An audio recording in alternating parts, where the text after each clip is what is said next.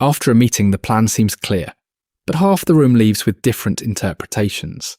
The project manager reviews the minutes to address these discrepancies. Team members discuss their concerns during a follow-up meeting. Clarifications are provided to ensure everyone is on the same page.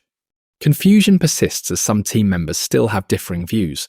The manager decides to implement a new communication protocol.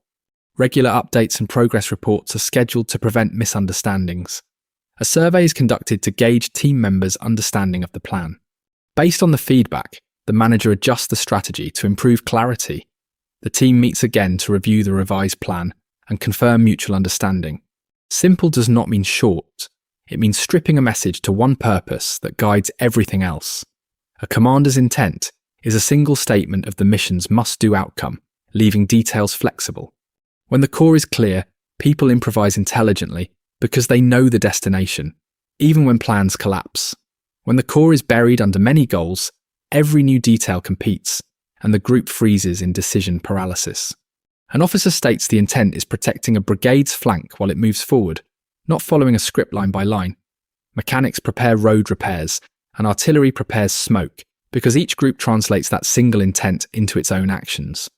The same discipline works in business, teaching, or health messages, where noise makes elaborate plans unreliable.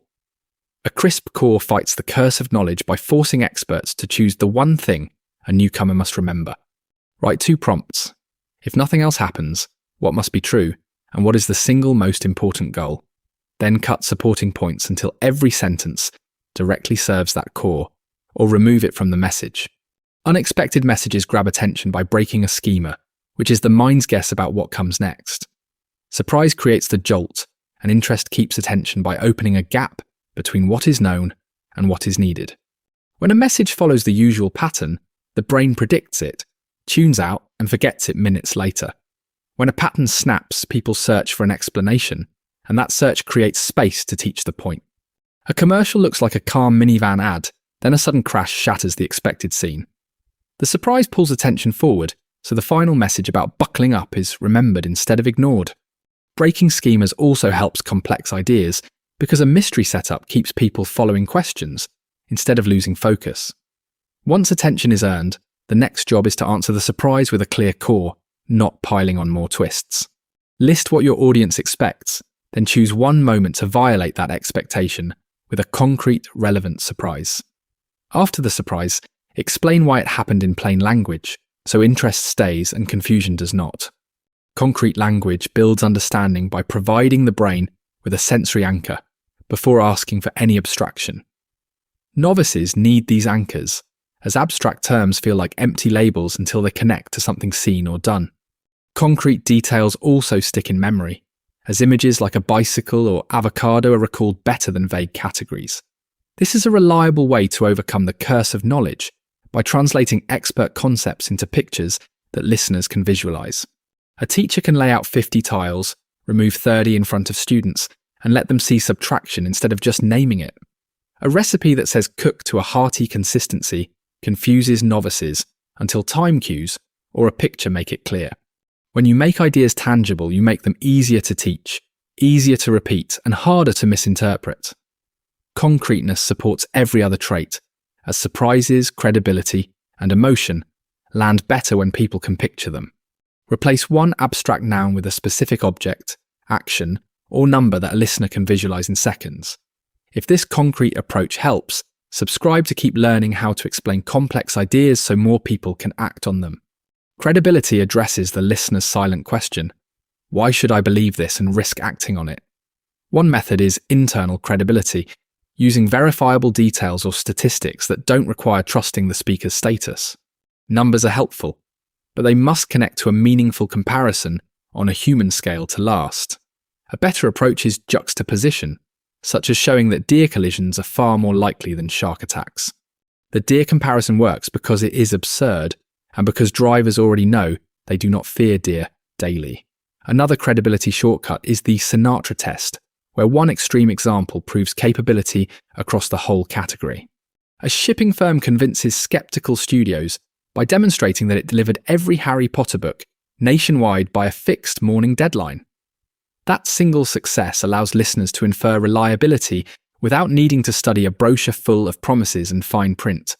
Choose one proof point a skeptic would respect, then frame it as a test the claim has already passed. Support any key statistic with a vivid comparison or a specific detail, so belief rests on more than just arithmetic. People act when an idea makes them care, and caring often begins with a relatable person, not a spreadsheet. The identifiable victim effect shows that compassion increases for a named individual, while large statistics can numb feelings. Even accurate facts can falter, as belief alone does not always generate the motivation needed to change behaviour. Adding calculations can shift people into analysis mode, which can dampen emotional responses and reduce willingness to help. In a study, donors gave more after reading about a girl named Rokia than after reading both her and statistics. A training story about a machine error code includes frustration, background, and a moral to doubt codes rather than trust them blindly. Stories work because they create a mental simulation, providing context that abstract warnings and manuals fail to supply. Hearing a realistic situation prepares faster responses later, much like a flight simulator prepares a pilot for rare failures. When you need action, anchor the message in one person's experience, then state the broader pattern without drowning it in numbers. Use a short narrative that shows the moment of choice and consequence, so the listener rehearses what to do. Sticky communication is not about catchy slogans.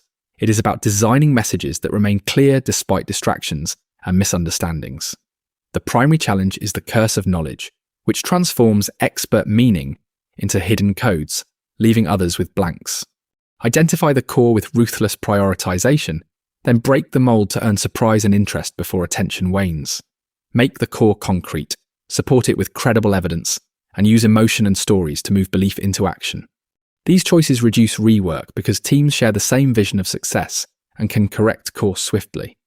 They also enhance impact because a message that is remembered gets repeated accurately and reaches people beyond the initial audience.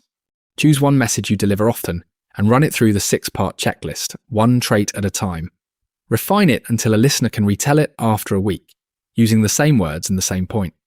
Once your message stays clear over distance and time, you stop persuading harder and start communicating in a way that holds. For more practice turning hard messages into memorable ones, subscribe and keep sharpening these 6 habits during real conversations.